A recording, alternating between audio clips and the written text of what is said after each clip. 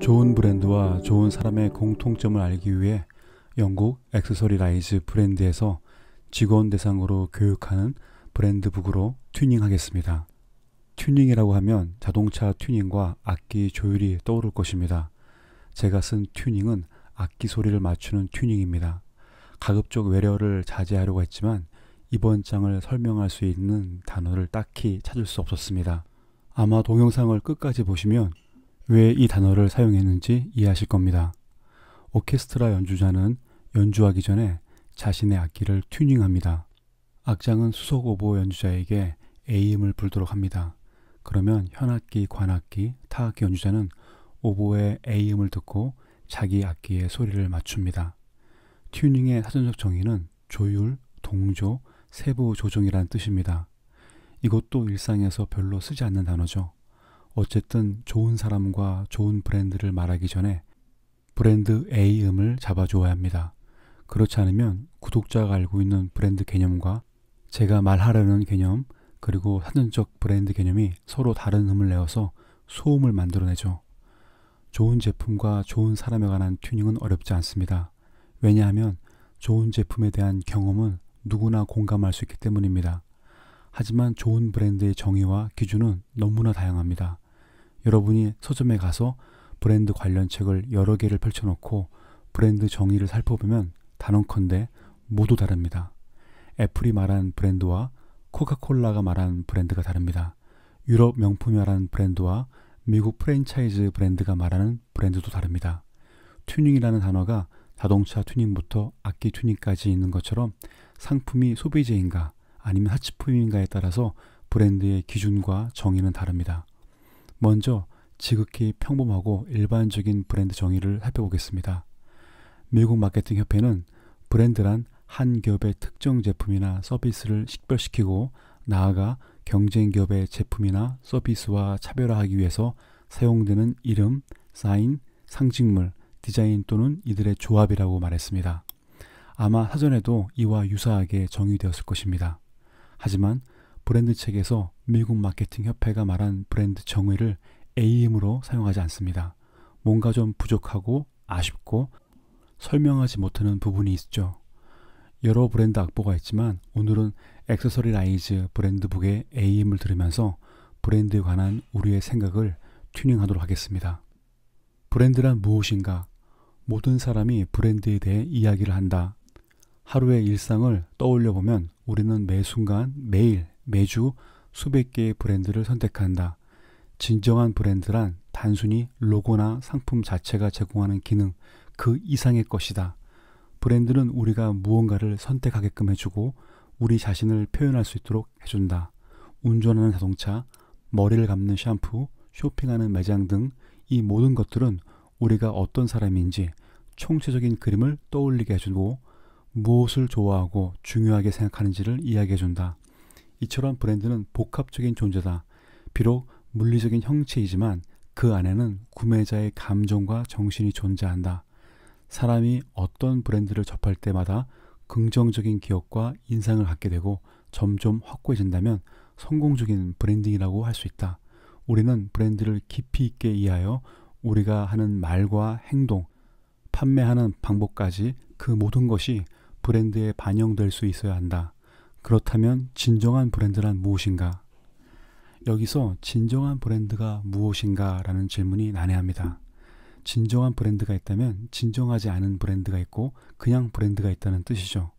진정한 브랜드가 무엇인가가 바로 오보의 A음과 같습니다. 구독자가 알고 있는 브랜드 정의와 다르고 기괴하게 들릴지라도 괜찮습니다. 뒷장에서 다룰 휴먼 브랜드에서 브랜드를 좀 더 자세히 쉽게 다룰 예정입니다. 이 글의 핵심은 브랜드는 단순히 상표와 이름이 아니라 의미를 부여하는 그 무엇이라는 것입니다. 이제부터 그 무엇이 무엇인지를 설명하겠습니다. 진정한 브랜드의 조건을 들어보도록 하겠습니다. 첫 번째, 차별성과 의미가 있어야 한다. 무엇보다 브랜드는 차별화되며 의미가 있고 일관성이 있어야 한다. 브랜드는 여러 경쟁 상품들 중에서 무언가를 선택하도록 도와주는 역할을 한다. 이는 브랜드가 왜 차별되고 의미를 가져야 하는지를 설명해 준다. 많은 사람들은 어떤 특정 마켓 내에 브랜드들의 포트폴리오를 사용한다. 브랜드는 차별성과 의미를 많이 가질수록 그 범주와 목록 안에서 확고히 자리 잡게 된다. 사람들은 자신이 좋아하는 걸 찾을 수 없는 상황이 잦아지면 불평이 생긴다는 것을 알 수 있다. 이렇게 되면 브랜드는 그 의미를 상실하게 된다. 구독자가 백화점에서 간판을 보지 않고 상품만 보았을 때 어떤 브랜드라는 것을 알 수 있다면 브랜드입니다. 로고와 심볼이 옷에 크게 붙어 있어서 상품만으로 판별하기 어려울 것입니다. 로고와 심볼을 옷에 붙이는 것이 차별화 그 자체이기도 합니다. 차별, 의미, 그리고 일관성이 진정한 브랜드의 조건이라면 전형적인 브랜드는 애플이죠. 우리는 애플 핸드폰이 2007년부터 지금까지 무엇이 변하고 변하지 않은지를 알고 있습니다. 그리고 미래의 애플 핸드폰 모습이 어떤 모습이 될 것인지도 대충 머릿속에 그릴 수 있습니다. 이것을 차별화된 스타일이라고 합니다. 이 사람은 브랜드야 라는 의미는 다른 사람과 차별되고 행동의 메시지, 그러니까 철학이 있고 모든 일에 일관성이 있다는 말입니다. 혹시 이런 말을 들어보신 적 있으신가요? 이거 탁월한데 너가 했지. 딱 보면 알 수 있어. 이거 완전 내 스타일인데? 이런 말을 들었다면 구독자님은 대체할 수 없는 존재라는 뜻입니다. 샤넬의 창업주인 코코 샤넬은 이렇게 말했습니다. 누군가로 대체할 수 없는 존재가 되려면 항상 달라야 한다. 우리가 누군가의 복사본이나 조직의 잉여인간이 되지 않기 위해서는 차별성이 있어야 합니다. 그 차별성의 근원이 의미에서 시작합니다. 두 번째, 영향력을 가져야 한다. 진정한 브랜드는 마켓을 주도하며 의견을 변화시키는 힘을 가진다. 현상 유지를 목표로 삼지 않으며 모방하지 않는다. 마켓의 다이나믹한 변화를 유도한다. 이는 고객들의 선택과 관심을 계속해서 끌어내기 위한 것이다. 어떤 브랜드는 그 힘이 강력해지면서 어려운 상황에서도 생존하며 실수에 대해서도 용서받을 정도로 신뢰를 얻는다. 제가 사례로 국내 브랜드 예를 들고 싶지만 오해가 있을 것 같아서 아쉽네요. 일단 구독자가 좋아하는, 그리고 이 단어가 좀 낯설지만 앙망하는 브랜드를 떠올려 보십시오. 대부분 브랜드가 유행과 이슈를 따릅니다. 그래야만 돈을 쉽게 벌 수 있죠. 하지만 영향력을 가진 브랜드는 더 많이 파는 것이 아니라 더 나은 세상을 만들려고 합니다. 예전에 애플 핸드폰이 처음 나왔을 때 어떤 분이 저에게 애플이 이길 것인가 아니면 A라는 브랜드가 이길 것인가 라는 질문을 했습니다. 저는 예언자가 아니기에 대답할 수 없었죠. 그 대신에 질문하신 분에게 대답 대신 질문을 드렸습니다. 핸드폰으로 세상을 바꾸고 싶은 회사와 핸드폰을 세상에 가장 많이 팔고 싶은 회사가 경쟁을 하면 누가 이길 것인가? 소비자는 누구를 응원할 것인가? 물론 그분도 제 질문을 듣고 대답하진 않았습니다. 브랜드가 된 좋은 사람의 특징도 영향력입니다. 그것을 리더십이라고 말하죠. 회사에서 존재하는 것 자체만으로도 자신의 의견을 말하는 사람입니다. 큰 소리로 말을 많이 하지 않아도 사람들은 그를 따릅니다. 브랜드를 다른 말로 한다면 신뢰입니다. 브랜드가 된 사람의 영향력은 권위가 아니라 신뢰에서 나옵니다. 신뢰는 바로 신념에서 나오고 신념은 다른 사람을 움직이게 합니다.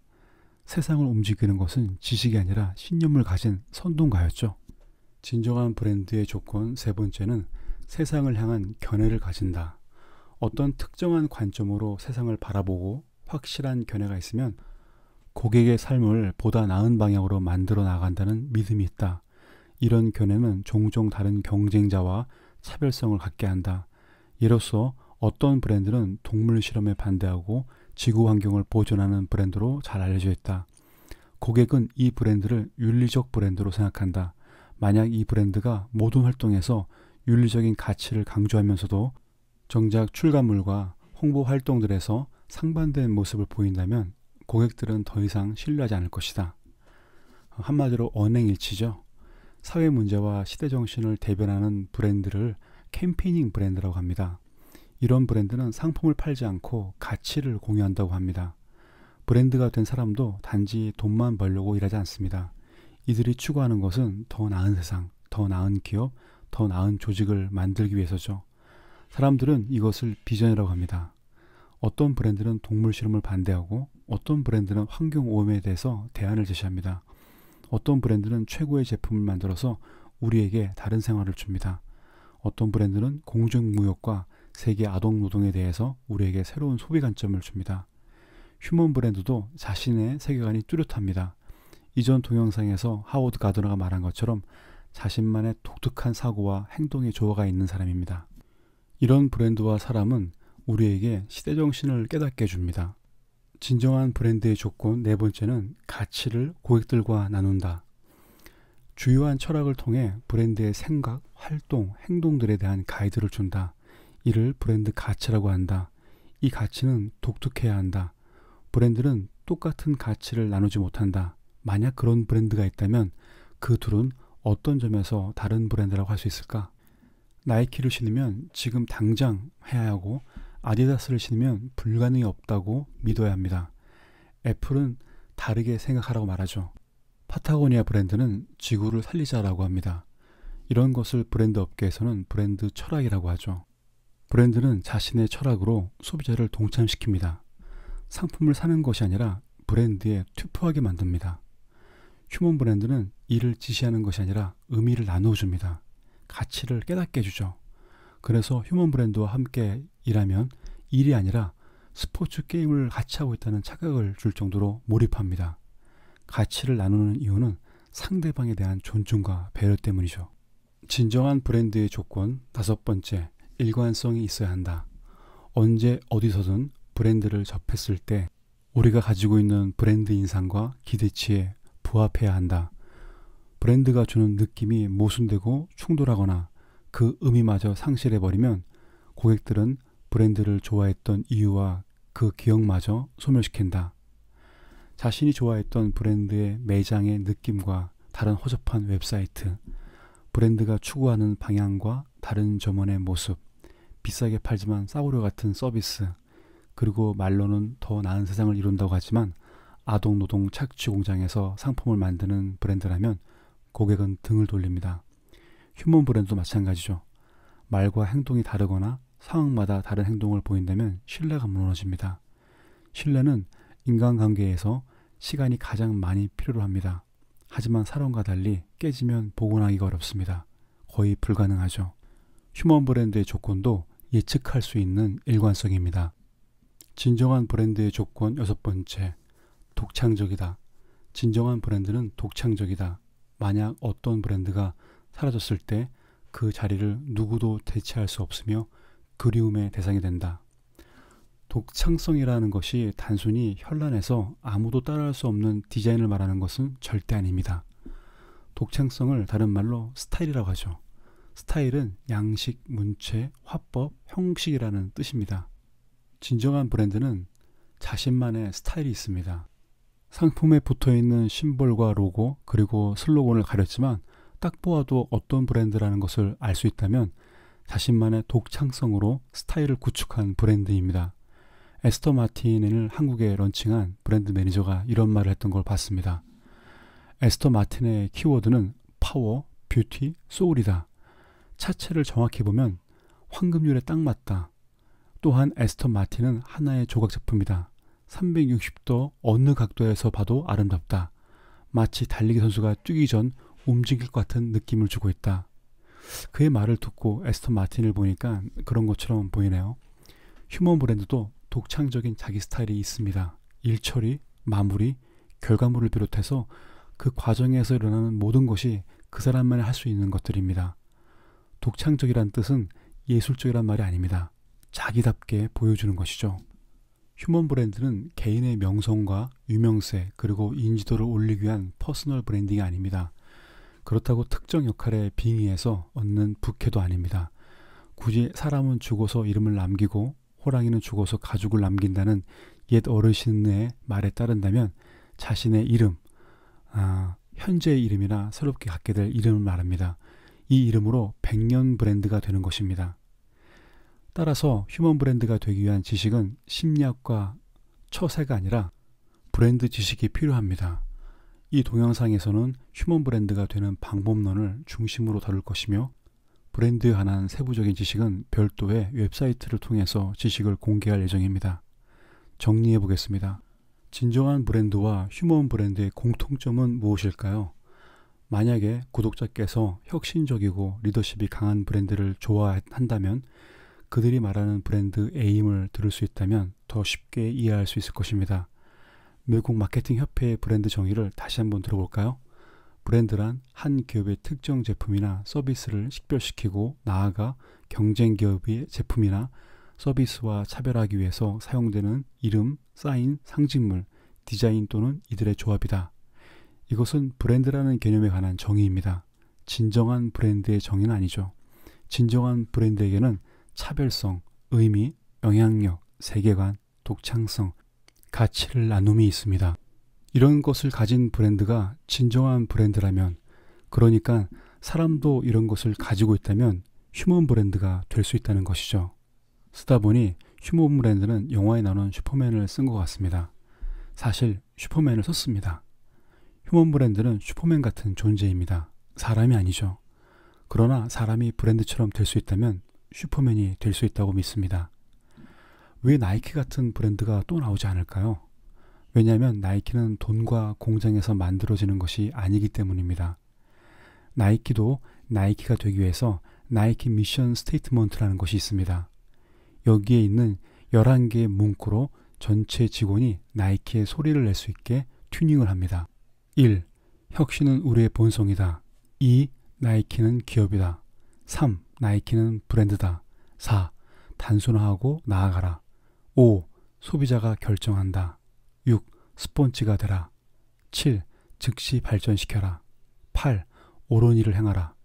9. 기본에 충실하라. 10. 우리가 선도한다. 11. 그 사람을 기억하라. 여기서 이제 그 사람이 되게 궁금하죠? 네, 그 사람이 누굴까요? 그 사람은 지금은 고인이지만 나이키의 창업자인 빌 바우어만을 말합니다. 빌 바우어만이 휴먼 브랜드입니다. 슈퍼맨이죠. 그 사람이 다른 브랜드에 없기 때문에 나이키가 없는 것입니다. 그 사람을 기억하라. 휴먼 브랜드는 그 사람이 되는 것입니다. 오늘은 여기까지 하겠습니다. 감사합니다.